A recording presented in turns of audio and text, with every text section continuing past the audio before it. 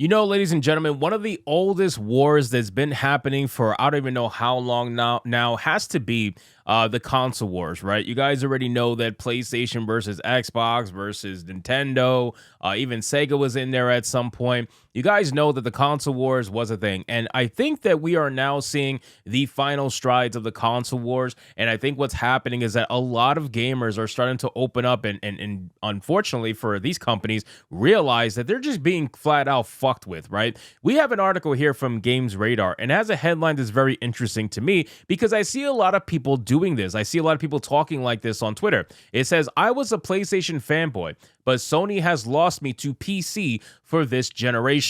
And it says opinion, with PlayStation underwhelming and Xbox mismanaging, I think it's the perfect time to move to PC. Peasants, I bring news! Join me in PC gaming and ascend to godhood!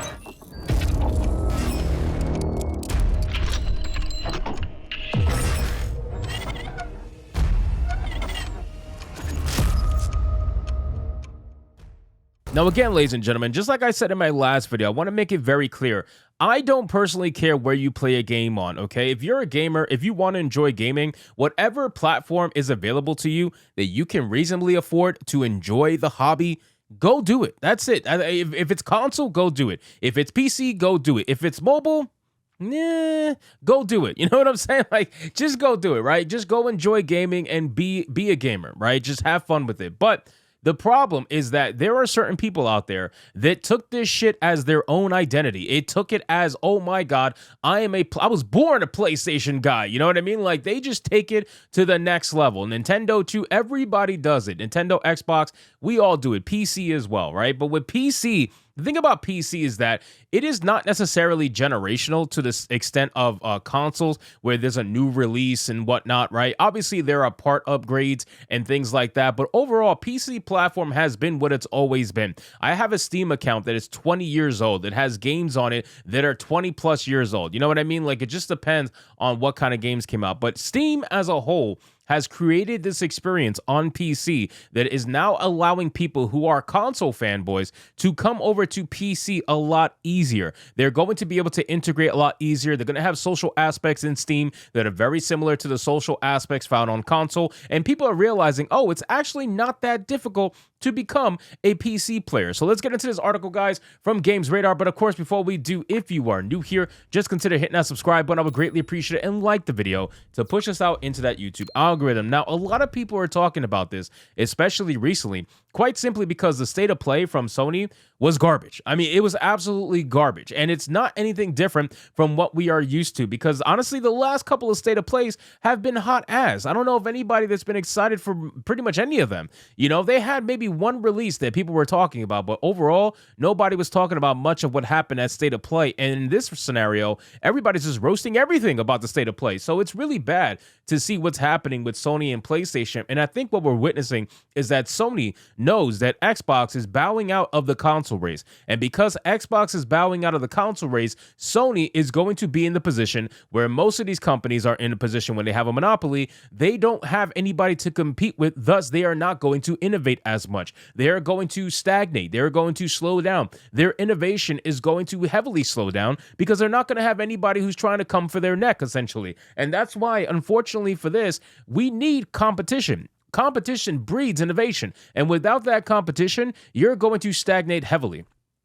So it says, if you're anything like me, May's PlayStation State of Play ended and you were left asking, is that seriously it? It's not the first time a State of Play has left me underwhelmed, asking what on earth happened to the PlayStation brand that had me completely hooked during the PS4 days. I've been a lifelong PlayStation gamer, and even in this generation, it is proving to be the most profitable one ever for Sony. It left me disenfranchised, asking where are all the great games? In truth, I've been playing more and more on the best gaming PCs this year. I've always split my time between the platforms until now, but until recently, PCs weren't where I spent the majority of my time. Nowadays, outside of playing with my close friends on the PlayStation platforms, we've always treated our favorite hangout spot.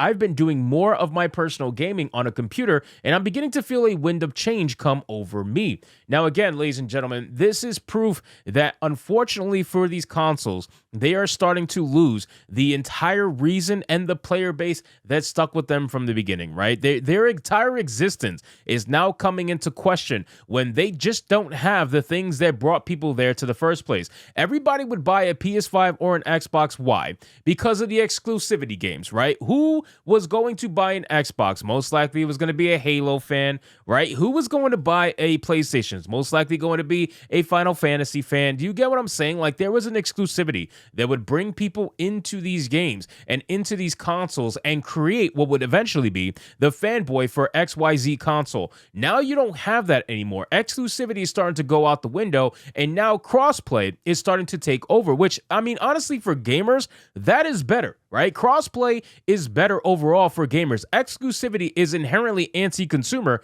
and it just goes to show that it just couldn't last long enough.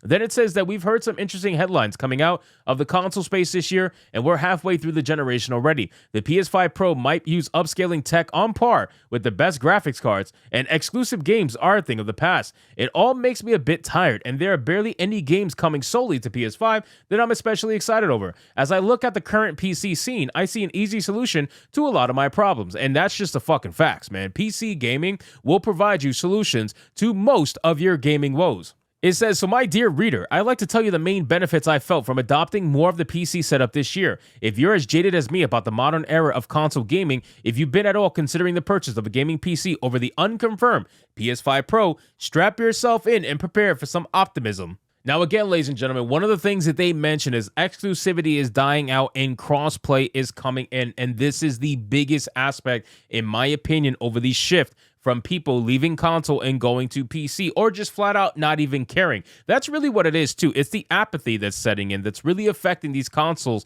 from performing as well as they used to.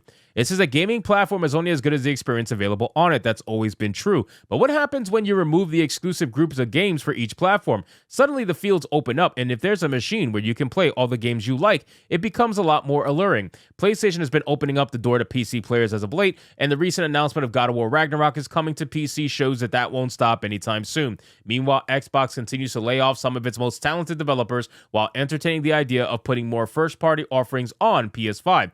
Game Pass is already on PC, and truth be told, I much prefer playing its library on a desktop than booting up its dedicated console. If both platforms are meeting in the middle, PC seems like the best of both worlds, which it is. You can swap from The Last of Us to Senua's Hellblade in seconds on PC, and that's just the tip of the non-exclusive iceberg. Of course, the Nintendo Switch crowd is a bit stuck. It's highly unlikely that 90 would open up its offerings to PC players when the Switch 2 drops. And at the same time, most of Switch's best indie games are available on Steam anyway, and the best gaming handhelds offer you that same nostalgic portable experience. And you know what happens with Nintendo? So Nintendo knows that it's not competing with anybody, right? That's the beauty about Nintendo. Nintendo knows that it can remain exclusive. It can keep doing what it's doing because it was never competing with Sony or Xbox from the beginning. It wasn't about that, right? For them, it wasn't about competing. They already had their own little market that was going to be massive enough in order to support them long term. All they had to do was keep adhering to that market and keep giving the fans what they wanted. And that's basically it.